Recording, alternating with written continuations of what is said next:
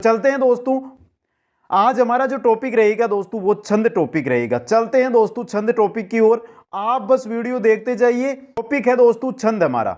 अब दोस्तों छंद के ज्ञाता कौन है, एग्जाम के अंदर जो जो क्वेश्चन अभी तक आए हैं या पूछे जा सकते हैं वही जानकारी यहां पे दूंगा दोस्तों।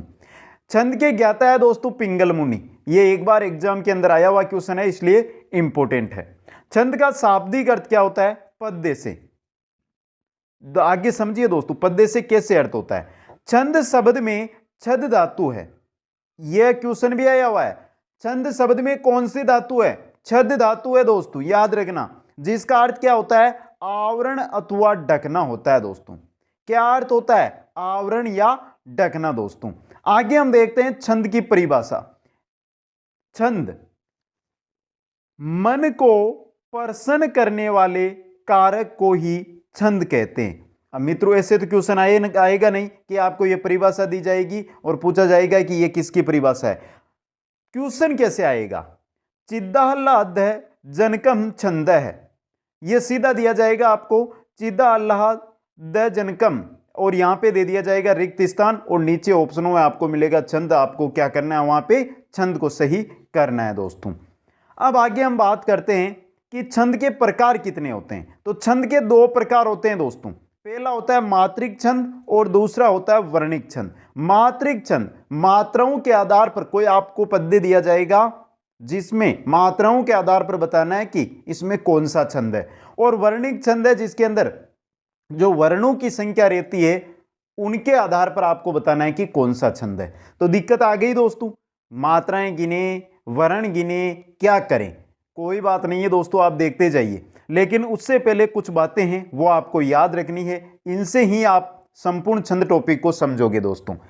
छंद में प्राय 3 बातें प्रमुख होती है। कौन कौन सी, पहली है पाद, चरण। कितने होते हैं, 4 होते हैं। एक श्लोक के अंदर दोस्तों 4 चरण यानी 4 पाद होते हैं दोस्तों, याद रखना। एक श्लोक में 4 चरण या 4 पाद होते हैं। बीच में आपको कहीं पे आ जाएगा यति। यति का मतलब क्या होता है, रुकना। हम जैसे ही कोई श्लोक बोलते हैं तो बोलते बोलते बीच में थोड़ा सा विराम करते हैं, उसको ही क्या कहा जाता है, यति कहा जाता है। बात करें गण की, तो 3 वर्णों के समूह को गण कहते हैं। और सबसे इंपॉर्टेंट चीज यहां पर आपके गण ही रहेगी। ज्यादा छंदों में काम नहीं है, 3 से 4 छंद में आपके काम आएंगे। 14 छंदों में से 3 या 4 छंदों के अंदर ये गण है जो काम में आएंगे। बाकी मैं ट्रिक बता दूंगा एक, उससे आपके कंप्लीट हो जाएंगे याद। तो करते हैं गणों को याद। गणों को याद करने की भी एक बहुत अच्छी ट्रिक आपके सामने प्रस्तुत करूंगा दोस्तों। बात की जाए कि गण होते कितने, तो गण होते हैं दोस्तों 8। अब आपको बस ये याद रखना है, ये याद है तो आपके सभी के सभी गण याद है। 8 गण आपको याद नहीं रखने, बस ये इतना सा याद रख लो। ये माता राजभान सलगा, ये माता राजभान सलगा। अब दोस्तों 8 गण इससे कैसे बनेंगे वो चीज को थोड़ा सा ध्यान से समझ लेना क्योंकि इंपॉर्टेंट है। यहां पर देखिए दोस्तों, पहला वर्ण क्या है, ये है। तो ये पहला आपका जो गण होगा वो हो जाएगा ये गण। दूसरा क्या है, म है, तो ये हो गया आपका दूसरा मगण। तीसरा क्या है, त है, तो ये हो गया हमारा तयगण।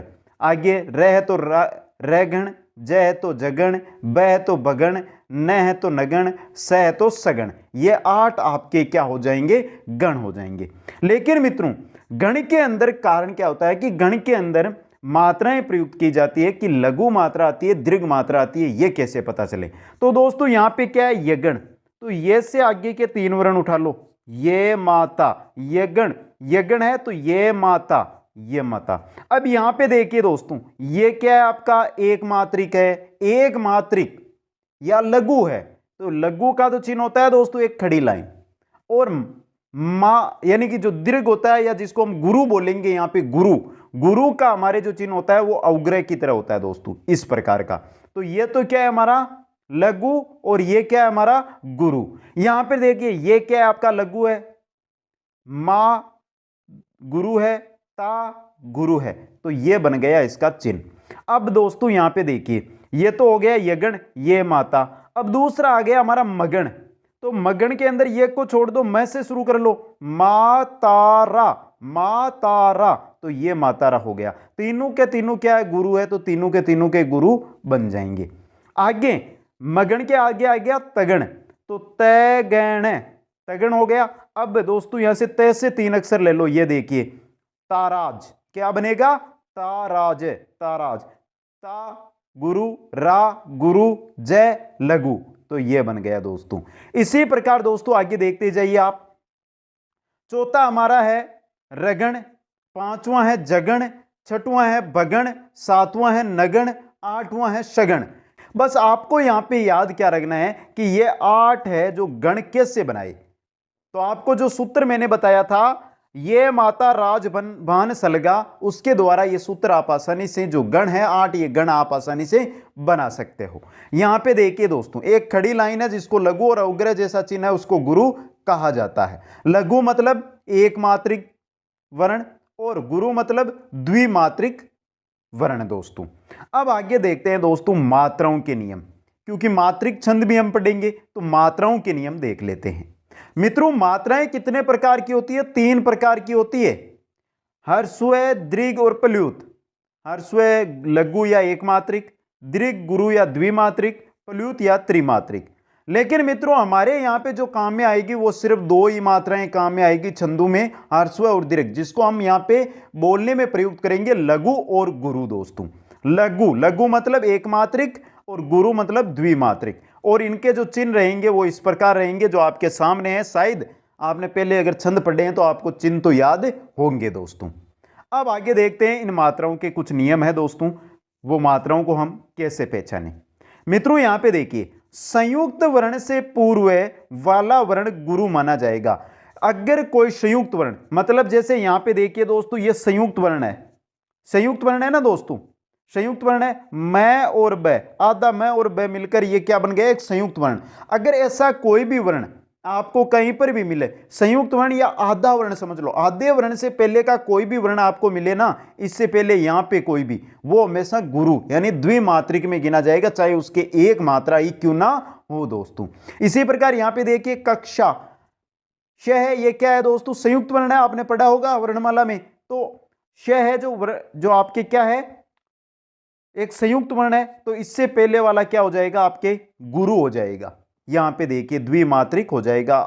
ए है, आपको सामने दिखाई दे रहा है कि एक मात्रिक है, लघु है, लेकिन इसके आगे वाला क्या है? संयुक्त वर्ण है, इस वजह से ये क्या हो गया? गुरु हो गया। तो ये पहला नियम आपको याद रखना है। दूसरा नियम है विसर्ग युक्त वर्ण गुरु माना जाएगा। जिस भी वर्ण के साथ विसर्ग लगा हुआ होगा वो हमेशा के लिए गुरु माना जाएगा। राम, मैं के साथ क्या लगा हुआ है? विसर्ग लगा हुआ है। मैं तो क्या है? मैं तो क्या है? यहां पे लघु है, लेकिन विसर्ग लगने से ये क्या हो गया है? गुरु हो गया है। और रा तो है क्या? गुरु है दोस्तों। यह दूसरा नियम। तीसरे नियम की ओर, एक बार में नहीं समझ में आए तो दूसरी बार देख लेना, लेकिन आप देखते जाओ एक बार। अनुस्वार से युक्त वर्ण गुरु माना जाएगा। अगर किसी भी वर्ण पर अनुस्वार लगी हुई हो ना ऊपर, तो वो हमेशा ही गुरु माना जाएगा। जैसे रा तो यहां पे क्या है? आपका गुरु है, लेकिन मैं के ऊपर क्या लग गई है? अनुस्वार, इस वजह से यह भी क्या हो गया है? गुरु हो गया है। दीर्घ वर्ण को भी गुरु माना जाता है। दीर्घ वर्ण को तो गुरु माना ही जाएगा, पहले ही हमने देख लिया है। आ, दीर्घ ई, दीर्घ उ, ए, ऐ, ओ, औ, ये सभी क्या रहेंगे? आपके गुरु रहेंगे दोस्तों। आगे देखिए पांचवां क्या कह रहा है दोस्तों। पद के अंत में आवश्यकता अनुसार लघु व गुरु मान लिया जाता है। जो आगे हम छंद जैसे जैसे पढ़ते जाएंगे ना, वहां पर आएंगे तो वहां पर इस चीज को हम समझ लेंगे कि हम लघु और दीर्घ, लघु और गुरु है वो कैसे माने दोस्तों। अब चलते हैं दोस्तों छंदों की ओर। हमने पहले बात की थी कि छंद 2 प्रकार के होते हैं, एक होते हैं मात्रिक छंद और दूसरे होते हैं वर्णिक छंद। पहले हम बात कर लेते हैं मात्रिक छंद की, क्योंकि मात्रिक छंद एक ही है हमारे, वो है आर्या दोस्तों। मात्रिक छंद के अंदर क्या करना रहता है? आपको मात्राएं गिननी रहती है। जो आपको पद्य भाग दिया जाएगा, जो श्लोक आपको दिया जाएगा, उस श्लोक में मात्राएं गिनकर आपको पता करना है कि छंद कौन सा है। तो मात्राएं गिनने की बात आ रही है तो यहां पे ये दिक्कत होगी नहीं, क्योंकि मात्राएं गिनने पर हमें एक ही छंद है, वो है आर्या। आसानी से आप पहचान जाओगे। अब इसको पहचाने कैसे? सबसे बड़ी बात यही होती है कि आर्या तो आ गया, लेकिन इसकी पहचान कैसे करें? मात्राएं तो हम गिन लेंगे, आपने ऊपर तरीका बता दिया लघु गुरु का, उसके आधार पर गिन लेंगे, लेकिन मात्राएं कितनी है, कितनी इसके अंदर आती है, वो देखते हैं दोस्तों। याद रखना दोस्तों, पहला और तृतीय पाद, यानी कि 4 पाद होते हैं ना, 1 पाद, 2 पाद, 3 पाद और 4 पाद, 1 2 3 और 4। तो यहां पे क्या कहा है, पहला और तृतीय पाद, यानी ये पाद और ये तृतीय पाद, इन दो चरणों के अंदर 12-12 मात्राएं होगी। कितनी होगी? 12-12 मात्राएं होगी। अब बात करते हैं द्वितीय के अंदर। द्वितीय के अंदर कितनी होगी? 18 मात्राएं। और चौथे जो चरण है उसके अंदर कितनी होगी? 15 मात्राएं। अब इसका जो सूत्र है आपको किस प्रकार बनाना है, आर्या जो हमारा छंद है उसका 12 18 12 15, 12 18 12 15। ये देखिए दोस्तों 12 18 12 15, पहले और तृतीय में 12 और द्वितीय के अंदर 18, चतुर्थ के अंदर 15, 12 18 12 15। ये आपको याद रखना है। अब इसको हम कैसे देखें, इसको हम कैसे समझें, तो एक उदाहरण है दोस्तों, उसके द्वारा हम इसको सोल्व करने का प्रयास करेंगे। देखिए दोस्तों यहां पे देखिए, आपृतोषादः विदुषा न साधु मनिये प्रयोगे विज्ञानम बलवदीपि शिक्षाता नाम है आत्मन्य प्रत्यय चेत। अब दोस्तों हमने ऊपर क्या पढ़ा था कि आर्या छंद के अंदर क्या होता है, इसके अंदर क्या होगी, पहले में 12, दूसरे में कितनी होगी 18, तीसरे में कितनी होगी 12 और चौथे में कितनी होगी 15। ये होगी क्या, ये सभी मात्राएं होगी दोस्तों। क्या होगी? मात्राएं। गिनिए दोस्तों। अब दोस्तों यहां पे देखिए आ क्या है? दीर्घ है दोस्तों, तो यहां पे कौन सी मात्रा आ गई? गुरु आ गई। अब मित्रों जो गुरु होगी ना, इसकी 2 मात्राएं गिनी जाएगी। कितनी मात्राएं गिनी जाएगी? गुरु की 2 मात्राएं। और जो लघु होगा उसकी 1 मात्रा गिनी जाएगी दोस्तों। आ क्या आपका गुरु है, प आपका क्या लघु है, री आपकी हर्षव री लगी हुई है, तो ये क्या होगी आपकी लघु होगी। तो आ गया है, तो ओ की मात्रा है तो गुरु होगा। शाक्य आपका गुरु है। अब यहां पे देखिए देख के साथ क्या लगा हुआ है, हलंत लगा हुआ है। हलंत वाले यहां पे कोई मात्रा तो है नहीं ना, मात्रा तो जब स्वर लगा हुआ होगा तब होगी ना, तो यहां पे कोई मात्रा तो है ही नहीं, तो इसको हम गिन भी नहीं सकते। आगे वी आया है, तो वी क्या आ गया आपका लघु, दु आपका हर्षव दु है तो क्या होगा लघु, और शा आपका क्या हो जाएगा गुरु दोस्तों। अब मात्राएं गिनते हैं कि पहले के अंदर कितनी मात्राएं प्रयुक्त हुई है। यहां पे देखिए जो भी गुरु है कितने, 4 गुरु है, तो 4 गुरु की मात्राएं कितनी हो गई 8, और लघु कितने हैं 1 2 3 और 4, 8 + 4 कितनी हो गई 12 हो गई। तो दोस्तों इस प्रकार हमने देखा कि पहला जो चरण है उसमें हमें 12 मात्राएं मिल रही है। इसी प्रकार दूसरे चरण के अंदर कितनी मिलेगी आपको 18, तीसरे में 12 और चौथे के अंदर 15 मात्राएं आपको यहां पर मिलेगी दोस्तों। अब आगे चलते हैं दोस्तों, यह था हमारा मात्रिक छंद। मात्रिक छंद से इंपॉर्टेंट है दोस्तों वर्णिक छंद। वर्णिक छंदों की संख्या है कुल 13 है दोस्तों, लेकिन बहुत ही सिंपल है। हर एक छंद की एक लाइन बताऊंगा, एक पहचान बताऊंगा, वो याद रख लेना, कभी गलत नहीं होगा। पहला छंद वर्णिक छंद के अंदर वर्णों की संख्या के आधार पर छंदों की पहचान करेंगे। पहला छंद है हमारा अनुष्टुप दोस्तों। अनुष्टुप, यहां पे अनुष है, टूप है, यहां पे कुछ ऐसा 8 की जैसा आपको प्रतीत हो रहा है क्या? मतलब इसके अंदर 8 वर्ण होंगे प्रत्येक पाद के अंदर। प्रत्येक चरण में 8 वर्ण अगर हैं तो वहां पर आपका कौन सा होगा अनुष्टुप। इतना याद रख लो, यह तो बहुत डिटेल की बात है, आपको तो इतना याद रखना है। अगर किसी भी श्लोक के प्रत्येक चरण में 8 वर्ण आ रहे हैं तो मतलब वहां पर क्या है अनुष्टुप छंद है दोस्तों। अब बाकी दोस्तों यह जानकारी है कि पाद यानी चरण के 5वें और 6वां वर्ण है। 5वां तो क्या होगा लघु होगा, 6वां क्या होगा गुरु होगा। 7वां वर्ण, जो 7वां वर्ण है दूसरे और चौथे पाद में, दूसरे और चौथे पाद में तो लघु होगा, और 7वां जो चरण जो वर्ण है पहले और तीसरे चरण में वो गुरु होगा। तो ये डिटेल की बात है। आप क्या याद रखो, आप इतना याद रखो कि प्रत्येक चरण में 8 वर्ण होंगे। देखिए दोस्तों नीचे चलते हैं, उदाहरण को उठाइए दोस्तों, अनुष्टुप छंद का जो उदाहरण है उसको उठाइए और देखिए दोस्तों।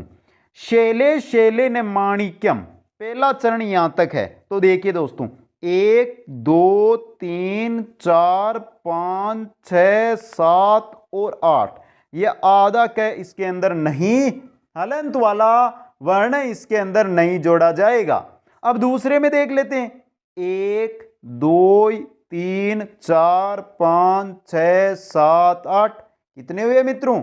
8 हुए। तीसरे में देखते हैं 1 2 3 4 5 6 7 8।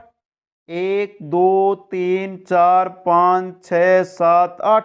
तो अनुष्टुप छंद मतलब जिस श्लोक में प्रत्येक चरण में 8 वर्ण हो वहां पर अनुष्टुप छंद होगा दोस्तों। आगे चलते हैं तीसरे छंद की ओर, इंद्रिवर्जा। अब दोस्तों यहां पे 3 छंद आएंगे जिनमें 11-11 वर्ण होंगे। इंद्रवर्जा, उपेंद्रवर्जा और उपजाति। इनको कैसे बचाएं? इंद्र, इंद्र सबसे बड़े देवता, सबसे बड़े देवता है दोस्तों इंद्र। तो इंद्र सबसे बड़े देवता है तो 11 वर्ण तो होंगे इसके अंदर। लेकिन मित्रों याद क्या करना है, जो आपका श्लोक रहेगा ना उसका पहला वर्ण रहेगा चारों चरणों का, वो हमेशा के लिए गुरु रहेगा, बड़ा रहेगा, दीर्घ रहेगा दोस्तों। तो इंद्र वर्जा के अंदर 11 वर्ण होते हैं और चारों पादों यानी चारों चरणों को मिलाकर कुल वर्ण होंगे 44। उदाहरण के थ्रू हम देखते हैं दोस्तों यहां पे आर्तो ही कन्या परकीय है एव। अब दोस्तों यहां पे देखिए, यहां पे इंद्र वर्जा है, उपेंद्र वर्जा है या उपजाति है, कैसे पहचाने? तो इंद्र वर्जा के अंदर पहला वर्ण क्या होगा? गुरु होगा। उपेंद्र वर्जा में क्या हो जाएगा? ये लघु हो जाएगा दोस्तों। और जो हमारा उपजाति है ना उसका श्लोक है ना, उसमें पहला जो 4 चरण रहेंगे उनमें दोनों आएंगे, लघु और गुरु दोनों मिलेंगे। जबकि अगर आप इंद्र वर्जा का जो ये आपने श्लोक लिया है इसकी चारों पाद उठाओगे तो पहला जो आपका वर्ण रहेगा वो हमेशा ही गुरु ही रहेगा दोस्तों।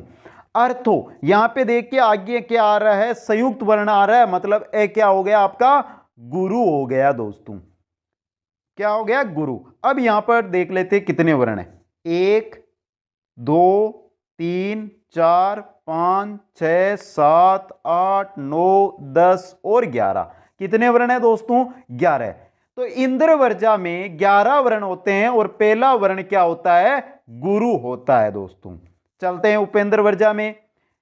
उपेंद्र वर्जा, उपेंद्र वर्जा में कुल 11 वर्ण होते हैं और पूरे के पूरे श्लोक में 44 वर्ण होते हैं। लेकिन पहला वर्ण क्या रहेगा इसके अंदर? लघु रहेगा। इंद्र वर्जा में गुरु, उपेंद्र वर्जा में लघु। देखिए यहां पे त्वमेव माता च पिता त्वमेव, यहां पे दोस्तों तय तो अलंत वाला हट गया, वह क्या है आपका? वह क्या है? लघु है दोस्तों। तो ये क्या हो गया आपका? उपेंद्र वर्जा। इसी प्रकार जो इसके चारों चरण रहेंगे ना नीचे, उनमें आपको पहला जो वर्ण है वो हमेशा लघु मिलेगा। अब यहां पे वर्ण गिन लेते हैं। 1 2 3 4 5 6 7 8 9 10 11। कितने हो गए मित्रों? 11 हो गए यहां पे। तो उपेंद्र वर्जा मतलब 11 वर्ण, पहला वर्ण लघु दोस्तों। आगे चलते हैं उपजाति में। उपजाति यह इंपॉर्टेंट है दोस्तों। उपजाति में क्या होता है? इंद्र वर्जा और उपेंद्र वर्जा दोनों का मिश्रित रूप होता है। इंद्र वर्जा और उपेंद्र वर्जा का मिश्रित रूप कौन सा होता है? उपजाति होता है दोस्तों। वर्ण कितने होते हैं? 11 ही इसमें होते हैं। कुल वर्ण इसमें 44 रहेंगे, लेकिन इंद्र वर्जा और उपेंद्र वर्जा का मिश्रित रूप है। कैसे दोस्तों? तो दोस्तों जैसे हमने यहां पे उदाहरण लिया है उसमें आइए दोस्तों।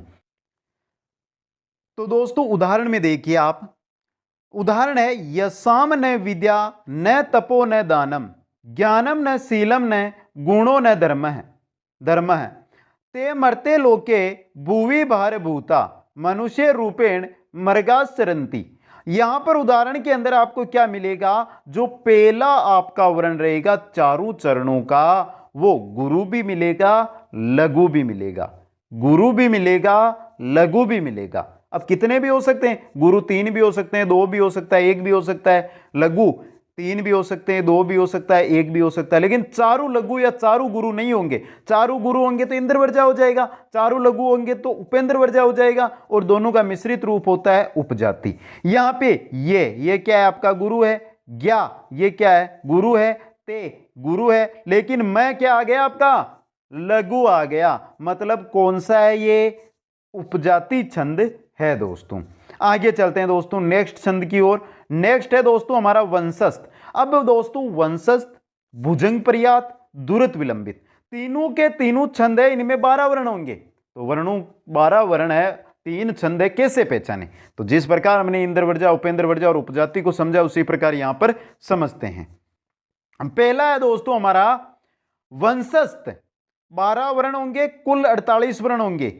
पहला गण, मैंने गण का प्रयोग बताया था ना कि गण का प्रयोग यहीं पे होगा, गण इन तीनों के अंदर दोस्तों। पहला गण यानी पहले 3 अक्षर रहेंगे ना दोस्तों, जो हमारा चरण है, ये चरण है ना दोस्तों हमारे 4, इसमें जो पहले 3 अक्षर है ना, पहला दूसरा तीसरा, मतलब पहले 3 वर्ण, अक्षर नहीं वर्ण, तीनों वर्ण है ना दोस्तों, वो जगण के अनुसार होंगे। जगण का दोस्तों चिन्ह क्या होता है? ये होता है दोस्तों लघु गुरु लघु। मतलब वंशस्थ के अंदर लघु गुरु लघु, पहले 3 वर्ण, चारों चरणों के अंदर पहले 3 वर्ण लघु गुरु लघु रहेंगे दोस्तों। देखिए यहां पे तथा समक्षम देह व मनोभाव है, यहां पे आपको ये 3 वर्ण उठाने हैं। देखिए पहले आप क्या करना मित्रों, जाना वर्ण गिनना, 1 2 3 4 5 6 7 8 9 10 11 12, मतलब 12 है तो वंशस्थ भुजंग पर्यात या दुरत विलंबित में से है, लेकिन है कौन सा? तो फिर आप जाना दोस्तों इन 3 सरु के तीनों पर, 3 वर्णों पर जाइए और वहां पर आप चिन्ह लगाइए। पहला क्या है? लघु, दूसरा गुरु, तीसरा लघु। तो क्या बन रहा है आपका यहां पर बन रहा है जबान, मतलब जगण। मतलब जगण किसकी विशेषता है? वंशस्थ की। या आप ऐसे भी याद रख सकते हैं लघु गुरु लघु वंशस्थ, लघु गुरु लघु वंशस्थ दोस्तों। आगे चलते भुजंग पर्यात की ओर। भुजंग पर्यात क्या कहता है? इसमें भी 12 वर्ण होंगे, कुल 48 वर्ण होंगे, लेकिन पहला गण क्या होगा? यगण। यगण मतलब ये माता, लघु गुरु गुरु। वहां पे क्या था? लघु गुरु लघु, लघु गुरु लघु वंशस्थ में। भुजंग पर्यात में लघु गुरु गुरु, लघु गुरु गुरु। देखिए महेश सुरेश परेश परात्मा, यहां पे आपको पहले तो वर्ण गिनने, 1 2 3 4 5 6 7 8 9 10 11 12, 12 है। अब यहां पे 3 उठाइए, मैं लघु, हे गुरु, से के आगे विसर्ग लगा हुआ है तो ये क्या हो गया? गुरु। क्या हो गया? गुरु। तो लघु गुरु गुरु मतलब कौन सा हो गया? भुजंग पर्यात हो गया दोस्तों। आगे चलते हैं नेक्स्ट की ओर। नेक्स्ट है हमारा द्रुत विलंबित। द्रुत विलंबित 12 वर्ण होंगे, 48 कुल वर्ण होंगे इसके अंदर। पहला गण नगण यानी पहले 3 वर्ण आपके लघु लघु लघु होंगे। द्रुत विलंबित में कौन से होंगे? लघु लघु लघु। यहां पे देखिए नवल पलास पलास वनम पूरा, 1 2 3 4 5 6 7 8 9 10 11 12, 12 के 12 वर्ण यहां पे आ रहे हैं मित्रों। मतलब 12 वर्ण यहां पे आ रहे हैं तो इन तीनों में से ही होगा, या तो वंशस्थ होगा, या भुजंग पर्यात होगा, या द्रुत विलंबित होगा। वंशस्थ के अंदर क्या होता है? लघु गुरु लघु, पहले तीनों वर्ण। भुजंग पर्यात में क्या होता है? लघु गुरु गुरु। और द्रुत विलंबित में क्या होता है? लघु लघु लघु। तो यहां पे तीनों वर्ण उठाइए पहले वाले, ये 3 दोस्तों, लघु लघु लघु, न लघु व लघु प लघु, तीनों के तीनों लघु है, मतलब कौन सा है? द्रुत विलंबित है। हो गए दोस्तों। अब आगे चलते हैं दोस्तों वसंत तिलका। वसंत तिलका बहुत सिंपल है दोस्तों। वसंत तिलका के अंदर क्या होते हैं? 14 वर्ण होते हैं और कुल पूरे श्लोक में 56 वर्ण रहेंगे। गिनते हैं दोस्तों, रात्रि गमिष्यति भविष्यति सुप्रभातम। वसंत तिलका यानी 14 वर्णों का एक ही छंद है और वह है वसंत तिलका। यहां पे देखिए 1 2 3 4 5 6 7 8 9 10 11 12 13 14 हो गए दोस्तों 14। तो वसंत तिलका के अंदर कितने वर्ण होंगे? 14 वर्ण होंगे। इतना ही याद रहना, जब वर्ण गिनोगे तो अपने आप पता चल जाएगा। आगे चलते हैं 10 नंबर की ओर। मालिनी छंद। मालिनी के अंदर 15 वर्ण होंगे एक चरण में और कुल चारों चरणों में 60 वर्ण होंगे। देखिए गिनते हैं, पहले हम गिन लेते हैं कि यहां पर वर्ण है कितने। 1 2 3 4 5 6 7 8 9 10 11 12 13 14 15 हो गए 15 वर्ण। अतुलित बलधामम हेम सैलाभ है देहम, तो 15 वर्ण है, मतलब कौन सा है? मालिनी छंद है दोस्तों। और ये का ये उदाहरण एक बार एग्जाम में भी आया हुआ है दोस्तों। आगे चलते हैं दोस्तों 11 नंबर की ओर। अब दोस्तों 11 नंबर है हमारा मंद्राकांता। मंदाकांत्रा और सिक्रिणी, इन दोनों के अंदर कितने होते हैं? 17 वर्ण होते हैं दोस्तों। ये इंपॉर्टेंट भी है दोस्तों, क्योंकि थोड़ा सा बड़ा भी हो जाता है और जैसे समझने या वर्ण पहचानने पर यहां पर गलती भी हो सकती है, इसलिए इससे एग्जाम में पूछा जा सकता है। यहां पे मंदाक्रांता है, इसके अंदर आपके 17 वर्ण होंगे और कुल 68 वर्ण चारों चरणों में होंगे, लेकिन इसमें पहला जो वर्ण होगा चारों चरणों का पहला वर्ण इसके अंदर गुरु होगा दोस्तों, और शिकृणी में पहला वर्ण हमेशा क्या होगा, लघु होगा। यही इन दोनों में अंतर करने का तरीका है। बस यहां पे देखिए दोस्तों, शांताकारम भुजग शयनम पद्मनाभम सुरेशम 1 2 3 4 5 6 7 8 9 10 11 12 13 14 15 16 17 हो गए 17। अब आइए पहले वर्ण पर, सा मतलब क्या है, गुरु है, गुरु है मतलब मंदाक्रांता है दोस्तों। आगे चलते हैं 12 नंबर की ओर। 12 नंबर है हमारा शिकृणी। शिकृणी, शिकृणी के अंदर 17 वर्ण होते हैं, जिस प्रकार मंदाक्रांता में थे कुल 48 वर्ण होते हैं, लेकिन इसमें पहला वर्ण रहेगा वो हमेशा क्या रहेगा, लघु रहेगा। देखिए 1 2 3 4 5 6 7 8 9 10 11 12 13 14 15 16 17 हो गए 17 वर्ण। आइए पहले वर्ण पर, पहला वर्ण म है मतलब लघु है। महाराज श्रीमन जगती यशसा ते धवल है लीति, तो यहां पे देखिए मैं क्या है आपका मित्रों, लघु है, मतलब कौन सा है, शिकृणी छंद है दोस्तों। यह हो गया मंदाक्रांता और शिकृणी। अब आगे चलते हैं, दो छंद और बचे हमारे, शार्दुल विक्रीडितम और स्त्रीगद्रा। शार्दुल विक्रीडितम के अंदर 19 वर्ण होंगे और स्त्रीगद्रा के अंदर 21 वर्ण होंगे। इनमें आपको वर्ण गिनना है और उत्तर देना है दोस्तों। कुल मिलाकर 76 वर्ण होते हैं, जिनसे आपके बहुत काम नहीं पड़ने वाला है, आपको तो बस 19 वर्ण याद रखने हैं।